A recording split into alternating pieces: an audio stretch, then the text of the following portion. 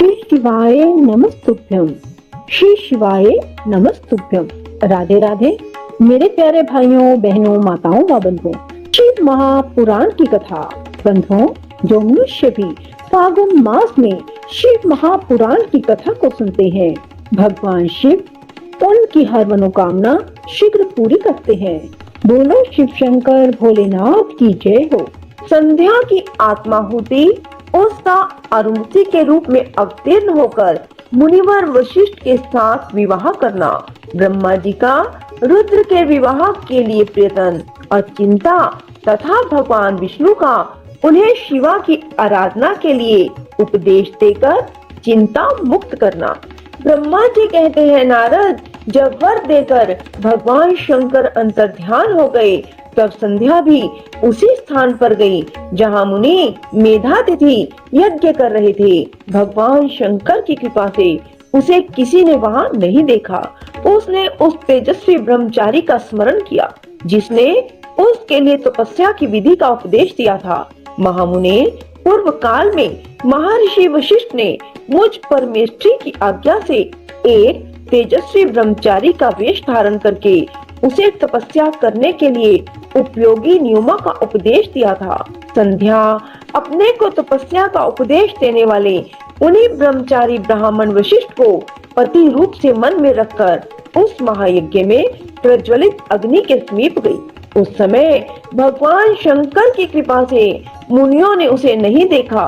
ब्रह्मा जी की वह पुत्री बड़े हर्ष के साथ उस अग्नि में प्रविष्ट हो गई। उसका पुरोडाशमय शरीर तत्काल दग्ध हो गया। उस पुरोडाश की अलक्षित गंध सब और फैल गई। अग्नि ने भगवान शंकर की आज्ञा से उसके स्वर्ण जैसे शरीर को जलाकर शुद्ध करके पुनः सूर्य मंडल में पहुंचा दिया। तब सूर्य ने पितरों और देवताओं की तृप्ति के लिए उसे दो भागों में विभक्त करके अपने रथ में स्थापित कर दिया। मुनीश्वर, उसके शरीर का ऊपरी भाग प्रातः संध्या हुआ, जो दिन और रात के बीच में पड़ने वाली आदि संध्या है, तथा उसके शरीर का शेष भाग साय संध्या हुआ, जो दिन और रात के मध्य में होने वाली अंतिम संध्या है। साय संध्या सदा ही पितरों को प्रसन्नता प्रदान करने वाली होती है। सूर्योदय से पहले जब अरुणोदय हो, प्राची के क्षितिज में लाली छा जाए, तब प्रातः संध्या प्रकट होती है, जो देवताओं को प्रसन्न करने वाली है। जब लाल कमल के समान सूर्य अस्त हो जाते हैं, उसी समय सदा साय संध्या का उदय होता है, जो पितरों को आनंद प्रदान करने वाली है। परम दयालु भगवान शिव ने उनके मन सहित प्राणों को दिव्य शरीर से युक्त देहधारी बना दिया। जब मुनि के यज्ञ की समाप्ति का अवसर आया, तब वह अग्नि की ज्वाला में महर्षि मेधातिथि को तपाए हुए स्वर्ण की सी कांति वाली पुत्री के रूप में प्राप्त हुई। मुनि ने बड़े आमोद के साथ उस समय उस पुत्री को ग्रहण किया। मुने, उन्होंने यज्ञ के लिए उसे नहलाकर अपनी गोद में बिठा लिया। शिष्यों से घिरे हुए महामुनि मेधातिथि को वहाँ बड़ा आनंद प्राप्त हुआ। उन्होंने उसका नाम अरुंधति रखा। वह किसी भी कारण से धर्म का अवरोध नहीं करती थी, अतः उसी गुण के कारण उसने स्वयं यह त्रिभुवन विख्यात नाम प्राप्त किया। देव ऋषि यज्ञ को समाप्त करके कृतकृत्य हो वे मुनि पुत्री की प्राप्ति होने से बहुत प्रसन्न थे और अपने शिष्यों के साथ आश्रम में रहकर सदा उसी लालन पालन करते थे। देवी अरुंधति चंद्रभागा नदी के तट पर तापस अरण्य के भीतर मुनिवर मेधातिथि के उस आश्रम में धीरे धीरे बड़ी होने लगी। जब वह विवाह के योग्य हो गई, तब मैंने विष्णु और महेश्वर ने मिलकर मुझ ब्रह्मा के पुत्र वशिष्ठ के साथ उसका विवाह करा दिया। ब्रह्मा, विष्णु, महेश के हाथों से निकले हुए जल से क्षिप्रा आदि 7 परम पवित्र नदियां उत्पन्न हुई। मुने, मेधातिथि की पुत्री महासाध्वी अरुंधति समस्त पतिव्रताओं में श्रेष्ठ थी। वह महर्षि वशिष्ठ को पति रूप में पाकर उनके साथ बड़ी शोभा पाने लगी। शक्ति आदि शुभ एवं श्रेष्ठ पुत्र उत्पन्न हुए। मुनि श्रेष्ठ वह प्रियतम पति वशिष्ठ को पाकर विशेष शोभा पाने लगी। मुनि शिरोमणे, इस प्रकार मैंने तुम्हारे समक्ष संध्या के पवित्र चरित्र का वर्णन किया, जो समस्त कामनाओं के फलों को देने वाला परम पावन और दिव्य है। जो स्त्री या शुभ व्रत का आचरण करने वाला पुरुष इस प्रसंग को सुनता है, वह संपूर्ण कामनाओं को प्राप्त कर लेता है। इसमें अन्यथा विचार करने की कोई आवश्यकता ही नहीं है। प्रजापति ब्रह्मा जी की बात सुनकर नारद जी का मन प्रसन्न हो गया। वे इस प्रकार बोले। नारद जी ने कहा, ब्रह्मन, आपने अरुंधति की तथा पूर्व जन्म में उसके स्वरूप भूता संध्या की बड़ी उत्तम दिव्य कथा सुनाई है, जो शिव भक्ति की वृद्धि करने वाली है। धर्म के अब आप भगवान शिव के उस परम पवित्र चरित्र का वर्णन कीजिए, जो दूसरों के पापों का विनाश करने वाला उत्तम एवं मंगलदायक है। जब कामदेव रति से विवाह करके हर्ष पूर्वक चला गया, दक्ष आदि अन्य मुनि भी जब अपने अपने स्थान को पधारे, जब संध्या तपस्या करने के लिए चली गई, उसके बाद वहाँ क्या हुआ? ब्रह्मा जी ने कहा, विप्रवर नारद, तुम धन्य हो, भगवान शिव के सेवक हो, अतः शिव की लीला से युक्त जो उनका शुभ चरित्र है उसे भक्ति पूर्वक सुनो।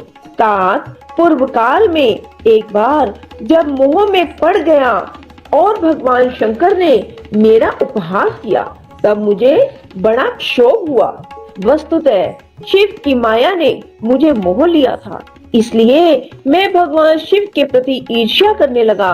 किस प्रकार सो बताता हूँ, सुनो। मैं उस स्थान पर गया जहाँ दक्ष राज मुनि उपस्थित थे, वही रति के साथ कामदेव भी था। नारद, उस समय मैंने बड़ी प्रसन्नता के साथ दक्ष और दूसरे पुत्रों को संबोधित करके वार्तालाप आरंभ किया। उस वार्तालाप के समय मैं शिव की माया से पूर्णतया मोहित था। अतः मैंने कहा, पुत्रों, तुम्हें ऐसा प्रयत्न करना चाहिए जिससे महादेव जी किसी कमनीय कांति वाली स्त्री का पानी ग्रहण करें। इसके बाद मैंने भगवान शिव को मोहित करने का भार रति सहित कामदेव को सौंपा। कामदेव ने मेरी आज्ञा मानकर कहा, प्रभु, सुंदर स्त्री ही मेरा अस्त्र है, अतः शिव जी को मोहित करने के लिए किसी नारी की सृष्टि कीजिए। यह सुनकर मैं चिंता में पड़ गया और लंबी सांस खींचने लगा। मेरे उस निश्वास से राशि राशि पुष्पों से विभूषित बसंत का प्रादुर्भाव हुआ। बसंत और मल्यानिल ये दोनों मदन के सहायक हुए। इनके साथ जाकर कामदेव ने वामदेव को मोहने की बारंबार चेष्टा की, परंतु उसे सफलता न मिली। जब वह निराश होकर लौट आया, तब उसकी बात सुनकर मुझे बड़ा दुख हुआ। उस समय मेरे मुख से जो निश्वास वायु चली, उसने मार्ग गणों की उत्पत्ति हुई। उन्हें मदन की सहायता के लिए आदेश देकर मैंने पुनः उन सबको शिवजी के पास भेजा, परंतु महान प्रयत्न करने पर भी वे भगवान शिव को मोह में न डाल सके। काम सब परिवार लौटकर आया और मुझे प्रणाम करके अपने स्थान को चला गया। उसके चले जाने पर मैं मन ही मन सोचने लगा कि निर्विकार और मन को वश में रखने वाले योग परायण भगवान शंकर किसी स्त्री को अपनी सहधर्मिणी बनाना कैसे स्वीकार करेंगे। यही सोचते सोचते मैंने भक्ति भाव से उन भगवान श्री हरि का स्मरण किया, जो साक्षात शिव स्वरूप मेरे शरीर के जन्मदाता है। मैंने दीन वचनों से युक्त शुभ स्तोत्रों द्वारा उनकी स्तुति की। उस स्तुति को सुनकर भगवान शीघ्र ही मेरे सामने प्रकट हो गए। उनके चार भुजाएं शोभा पाती थी, नेत्र प्रफुल्ल कमल के समान सुंदर थे। उन्होंने हाथों में शंख, चक्र, गदा और पद्म ले रखे थे। उनके श्याम शरीर पर पीतांबर की बड़ी शोभा हो रही थी। वे भगवान श्री हरि भगत प्रिय हैं, अपने भगत उन्हें बहुत प्यारे हैं।